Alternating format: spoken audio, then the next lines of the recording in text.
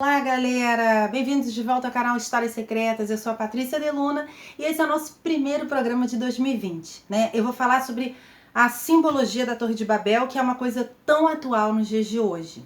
E vou rapidinho falar o que vai acontecer esse ano. A gente sumiu aí desde o final de dezembro, a gente está reorganizando o canal.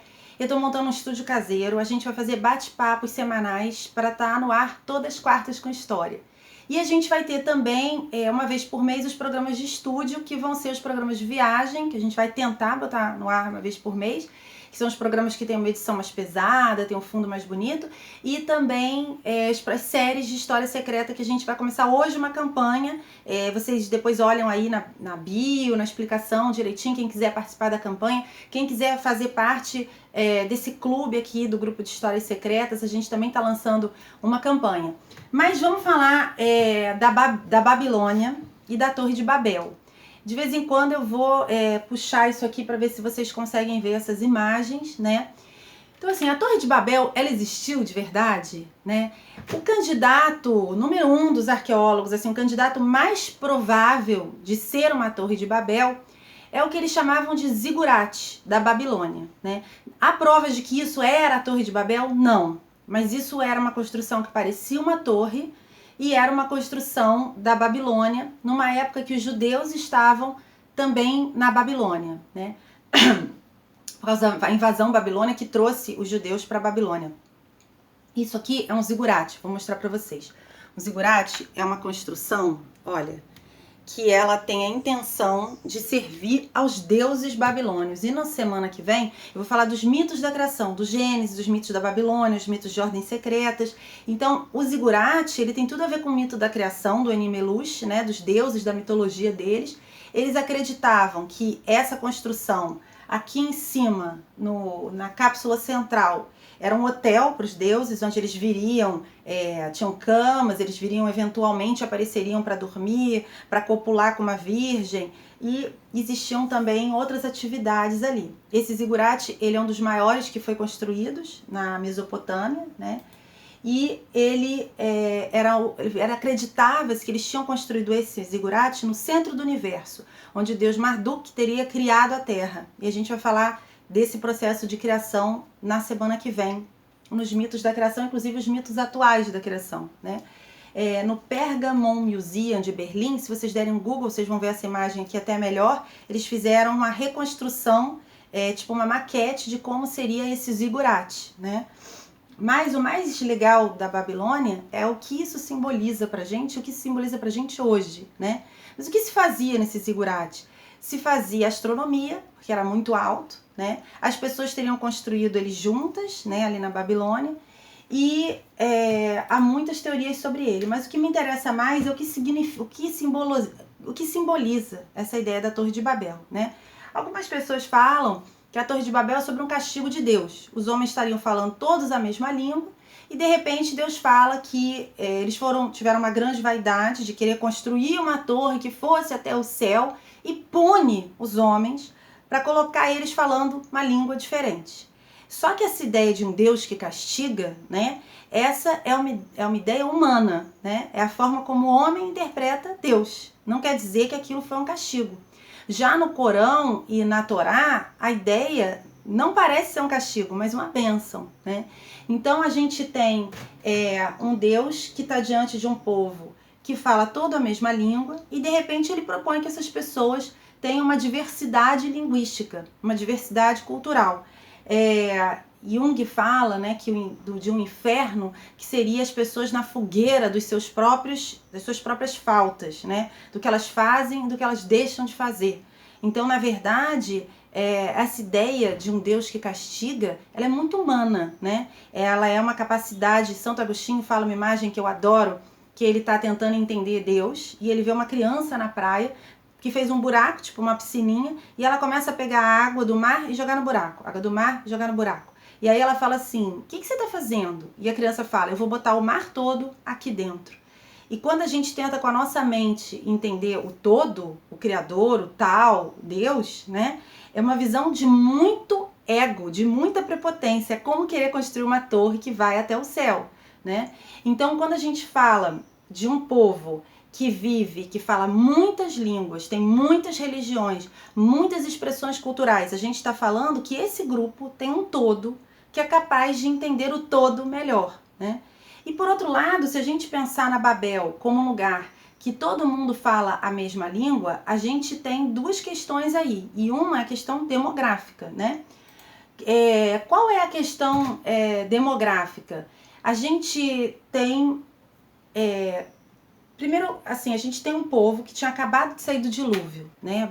A Torre de Babel vem logo depois do texto de Noé. Então a gente tinha um povo que tinha acabado de sair do dilúvio e que estava muito claramente querendo viver todo junto, todo agrupado. Inclusive em Gênesis tem uma passagem que eles falam que nós estamos orgulhosos de falar a mesma língua com poucas palavras. Isso fala pra gente o quê? De falta de diversidade, né? Hoje em dia, isso aqui, YouTube, isso é uma Babel. Se eu botar uma legenda em espanhol e inglês, eu falo com o mundo todo. Eu tô numa Babel, né?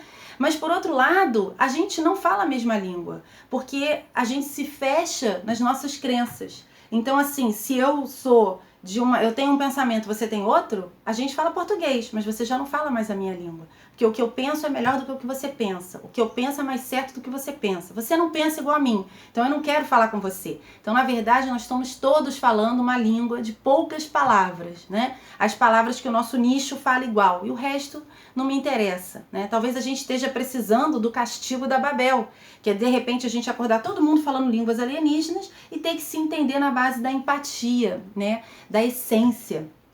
Porque desde quando falar línguas diferentes é uma questão para não se entender. Meu pai, por exemplo, que é uma pessoa muito simpática, eu já vi ele falando com um homem que só falava árabe. Falava uma palavra em inglês, uma em francês, fazia uma mímica, daqui a pouco os dois estavam conversando, né? Será que o que impede pessoas de falarem a mesma língua é não falar a mesma língua, né? E uma outra forma de explicar a etiologia disso é que isso pode ser uma história simbólica para explicar um mistério, porque tem tantas pessoas que falam tantas línguas, que têm tantas culturas diferentes. Isso acontece muito na Bíblia, né?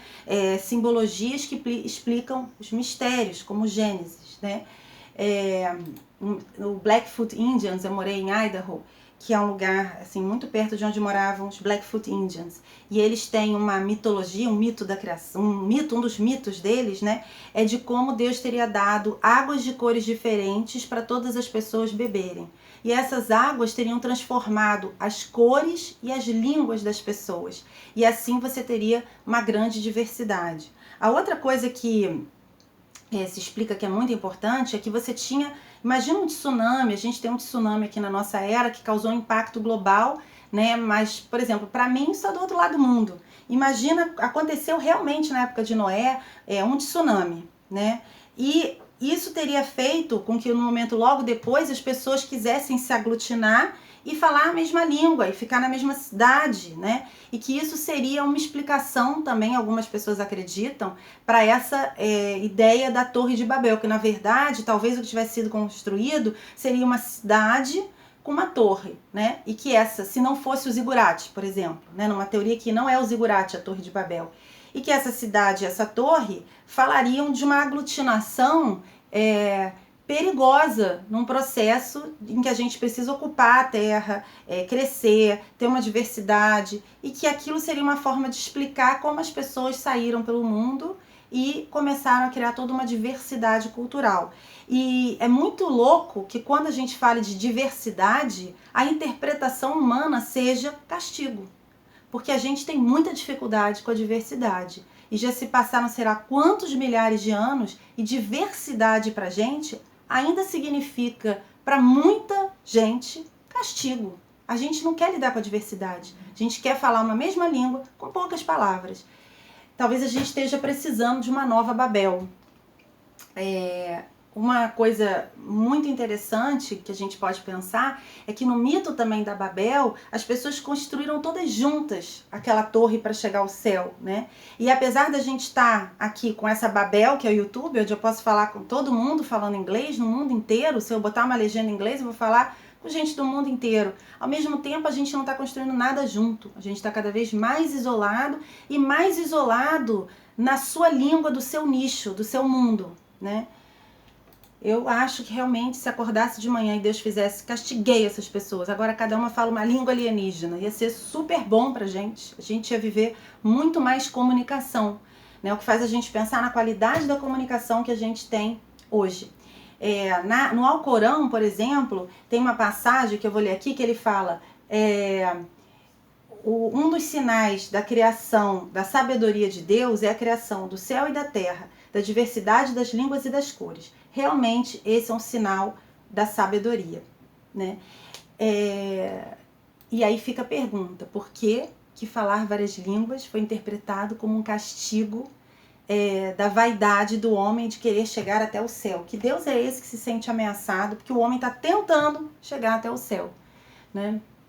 A gente pode tirar dessa história algumas conclusões. Uma de que talvez esse zigurate tenha realmente sido o espaço que as pessoas chamaram de Torre de Babel. E a outra é que fica a pergunta, será que isso realmente foi um castigo ou é uma bênção? A bênção da diversidade, né? E por que é tão difícil para a gente entender a diversidade como uma bênção? Eu quero falar para vocês que a gente vai começar a fazer um podcast e que eu vou estar falando nesse podcast histórias de povos antigos. Então, como hoje a gente está falando da Babilônia, eu vou falar um pouquinho desse livrinho pequenininho aqui que chama Enreduana, que é sobre uma historinha uma historinha que pode ser até para criança, é uma história mas muito interessante, sobre uma sacerdotisa da Babilônia casada com um rei. E aí eu vou analisar e falar um pouquinho da cultura da Babilônia e do Gilgamesh também. Então, entre no podcast, eu vou avisar aqui para vocês que dia que o podcast vai estar o primeiro no ar. É mais ou menos daqui a uns 15 dias. A outra coisa que a gente precisa seguir, é muito importante que vocês ajudem, é que vocês entrem aí nos dois links, né? Um é um Catarse para as pessoas que querem fazer parte desse clube de associados de histórias secretas com uma série de benefícios, tipo aniversário do Guanabara, né? Você que ganha o presente, né? Inclusive, eu tô com os últimos livros de Saga de Bravos, que é o meu livro, que está esgotado, e as primeiras pessoas que participarem vão ganhar o livro.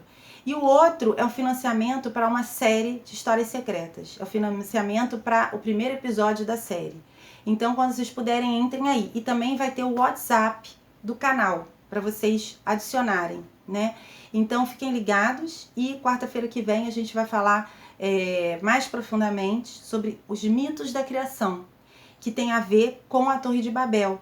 Essa, supostamente, do zigurate, né? Porque a mitologia babilônia, né, acreditava que eles estavam ali no centro do mundo, onde Marduk tinha criado a Terra, e naquela relação daqueles deuses com os humanos. Então a gente vai falar de vários mitos da criação, inclusive o Gênesis e os mitos atuais da criação da Terra plana. Então até a próxima quarta. Esse foi o nosso Histórias Secretas. Vou desligar aqui, galera.